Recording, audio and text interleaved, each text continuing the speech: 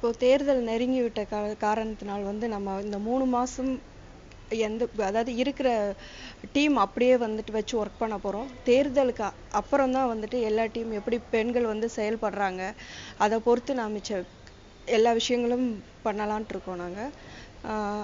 இப்போ பார்த்தீங்கன்னா தேர்தலுக்கு முன்னாடி எல்லா இடங்கள்லையும் டிஸ்ட்ரிக்ட் வைஸ் ஒரு சின்ன டூர் மாதிரி போட்டு அங்கே வந்து நிர்வாகிகள் எப்படி ஒர்க் பண்ணி வச்சுருக்காங்க பண்ணிட்டு இருக்காங்க. ஸோ வந்துட்டு வட்டாரம் வைஸ் அதுக்கப்புறம் வந்து அதுக்கு கீழே இப்போ நிர்வாகிகள் போட்டாங்களா என்ன அந்த மாதிரி எல்லாத்தையும் பார்த்து அதுக்கு தகுந்தாற் போல் வந்து தேர்தலுக்கு பெண்கள் எவ்வளோ தூரத்துக்கு வந்து தேர்தலுக்கு வேலை பார்க்க வைக்க முடியுமோ அதுக்கான முயற்சியில் கண்டிப்பாக நான் இப்போ ஈடுபடுவேன்.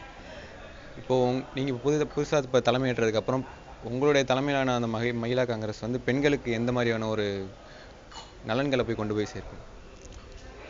கண்டிப்பாக நிறைய நலன்கள் இருக்குது சார். அந்த திட்டங்கள் எல்லாமே ஒவ்வொன்றா தான் நான் பண்ணுவேன். ஏன்னா இன்றைக்கி பார்த்தீங்கன்னா பெண்களை நீங்கள் நிறைய பத்திரிகைகளில் பார்க்குறீங்க, எங்கே பார்த்தாலும் வந்து பெண்கள் வந்து ரொம்ப கோழைத்தனமாக வந்து தற்கொலை பண்ணிக்கிறாங்க. ஸோ அந்த மாதிரி இருக்கக்கூடாது. ஏன்னா பெண்கள் வந்து ஒரு தைரியமாக இருக்கணும்னு நான் நினைக்கிறேன். நான் அந்த காலங்களெல்லாம் பார்த்தீங்கன்னா எல்லா பெண்களும் அதாவது ராஜா காலங்களெல்லாம் பார்த்தீங்கன்னா பெண்கள் எல்லாருமே ரொம்ப தைரியமாக இருந்தவங்க.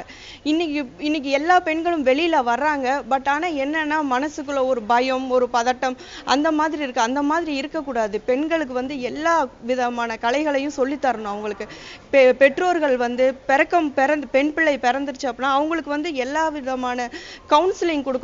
வெளியில எப்படி சந்திக்கிறது, பிரச்சனைகள் வந்து அதை எப்படி ஃபேஸ் பண்றது, அந்த எல்லா விஷயங்களையும் வந்து பெற்றோர்களுக்கு அடுத்தபடியா பார்த்தீங்கன்னா நம்ம கல்லூரிகள் பள்ளி இந்த மாதிரி இடங்கள்ல ஆசிரியர்கள் வந்து அவங்களுக்கு வந்து அதை சொல்லி கொடுக்கணும்னு நான் நினைக்கிறேன். கண்டிப்பா பெண்களுக்கு கவுன்சிலிங் தேவை.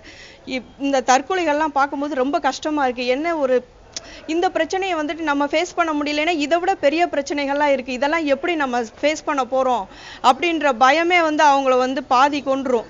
அதனால வந்துட்டு நம்ம அப்படியெல்லாம் பெண்கள் வந்து இருக்கக்கூடாது அப்படின்றத நான் நினைக்கிறேன். ஸோ அவங்களுக்கு நானே போவேன். கண்டிப்பா ஒவ்வொரு மாவட்டம் கிராமத்துல எல்லாம் போய் பெண்களுக்கு என்னால் எவ்வளோ முடியுமோ அந்த அளவுக்கு தைரியத்தை கொடுக்கணும்னு நான் நினைக்கிறேன்.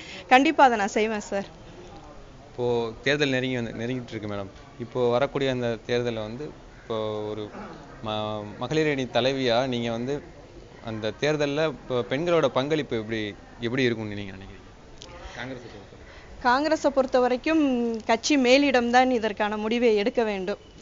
அதுக்கு கண்டிப்பாக வந்துட்டு அதுக்காக நான் இணைந்து செயல்படுவேன் நான்.